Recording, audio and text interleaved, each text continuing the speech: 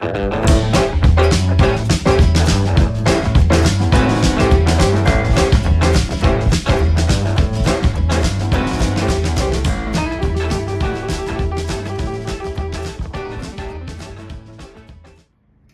boys and girls, it's your good buddy Dave from Kart Speed, and today I'm coming at you with another video. So I had some people reach out to me over the past year and a half or so, some customers of mine and some comments on other videos, that they wanted to see a video that's more focused on higher horsepower karts.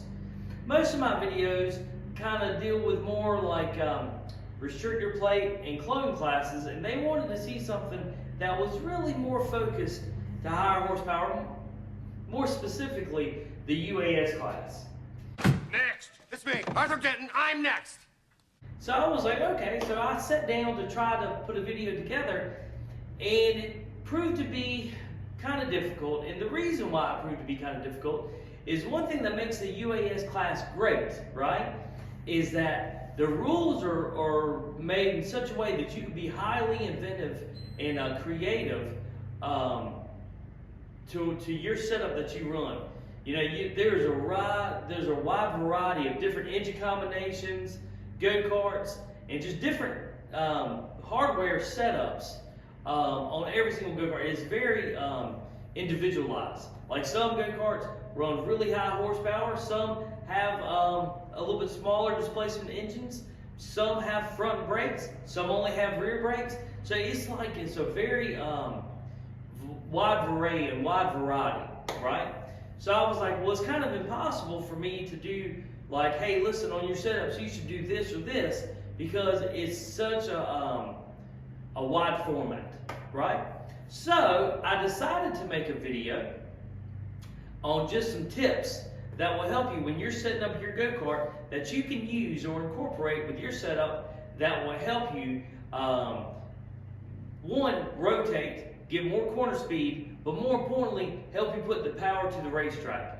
Because, you know, with such high horsepower, you know, you're going to get a lot of exit speed if you can get traction and put all that horsepower that you guys are making to the racetrack and get as much acceleration as possible. Like my friends say in drag racing, spinning, it ain't winning.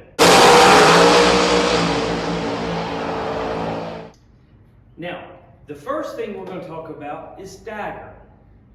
More specifically, rear stagger. Now, I know what you're thinking, oh, Dave, everybody knows what stagger is. Just hear me out, okay?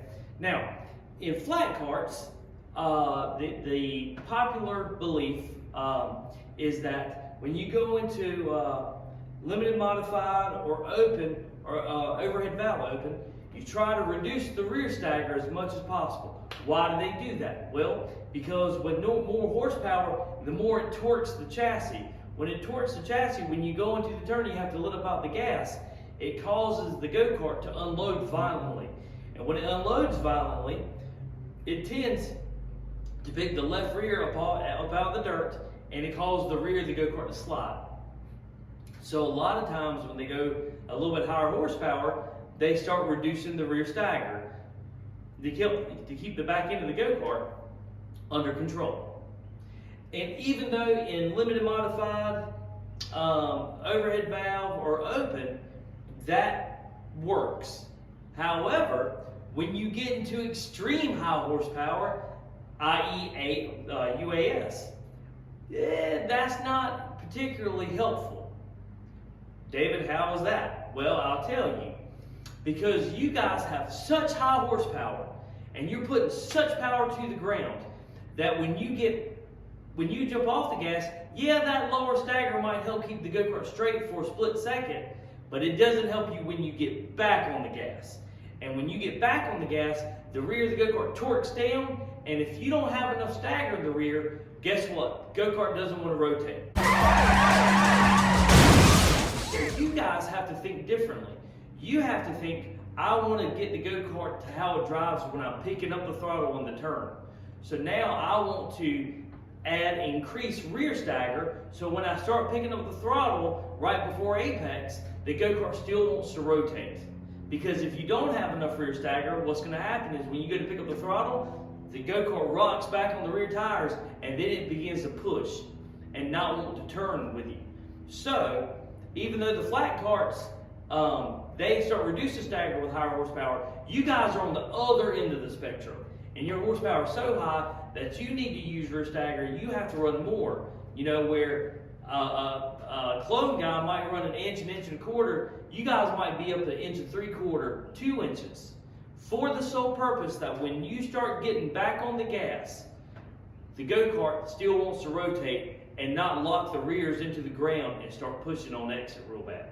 Okay? All right, pro tip number 2, caster. Okay? Now, I know a lot of you guys don't like to mess with front end geometry. Most people are like, oh, it's voodoo, leave it alone. But man, if you're high horsepower, caster has a big effect on how your go-kart drives, how it uses each tire, how it turns into the turn, how it rotates center off the turn. You know, that it can control and it can change your go-kart just like that by just making a small adjustment on the front caster. Okay?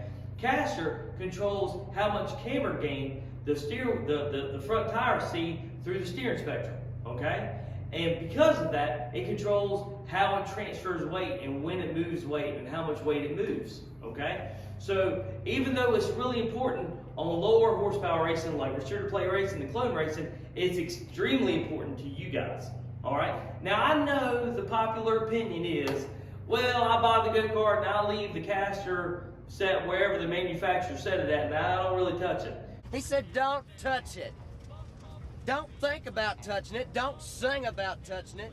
Don't think about singing about touching it. If you do that, you are leaving a lot of speed on the racetrack, okay? You can definitely change how the go-kart drives, how it accelerates, and how it turns just by making a simple caster change, okay? I know sometimes that's hard to believe, so what I decided to do was get a good friend of mine to come on and talk to you guys that is a really good UAS racer himself, that uses caster all the time, okay? So I've invited my friend to come on. So, ladies and gentlemen, here's my buddy, Ronnie. You can't catch me, Benton. Ronnie, talk to me. Hey guys, I'm Ronnie. Thanks David for allowing me to talk to y'all about caster today. Caster is pivotal in being able to get the kart to rotate and be able to get it to point and shoot to get that launch off the corner. When you're at the racetrack, don't be afraid to make changes to the front end to give that extra bite in the front end or give the kart more bite overall to get that launch off the corner. Ronnie, man, I appreciate you, dude. Thank you for coming on the video, man. You are totally my peoples. All right, so tip number 3, left side percentage.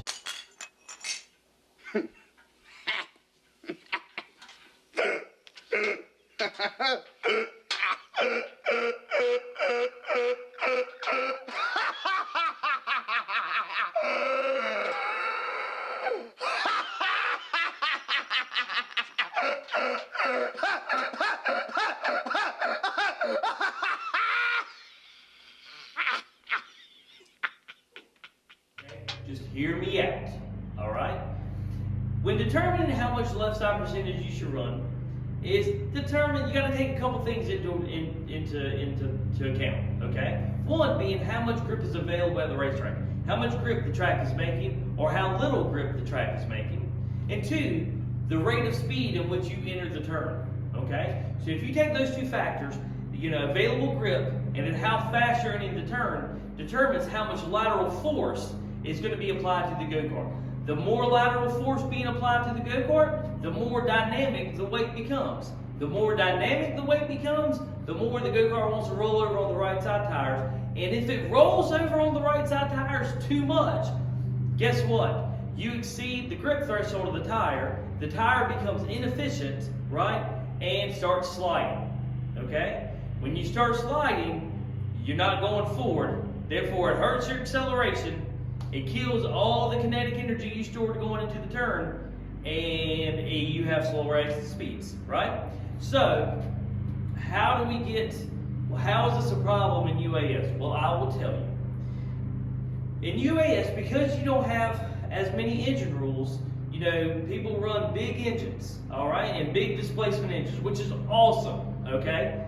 Because the more power, the more potential top speed you have. However, the bigger the engine, the heavier it weighs. The heavier it weighs, you can only put but so much left side percentage on the go-kart, okay? So please take that into consideration when you're doing your engine combinations and you're weighing the go-kart out, okay? Because if the engine is so big where you can't get the left side percentage that you want, sometimes all that horsepower you can't put to use because you can't gain enough grip and keep the go-kart balanced through the turn, okay? So, I'm not telling you to run small engines and I'm not telling you to run big engines. What I am telling you though is when you determine what size engine you want to run, really consider how much left side percentage you're able to put on this go-kart. Because with UAS, you enter the turn with a great rate of speed and you're going to build a lot of lateral force. So make sure you can counteract that with proper left side percentage. Well guys, I appreciate you joining us for this video. You know, I appreciate you guys tuning in and showing the channel support. If you have any questions, either comment or leave a message on our Facebook page, or you can call us at 910-262-1786. And again, race this stuff. Don't be leaving no speed in the trailer. Take it easy, guys.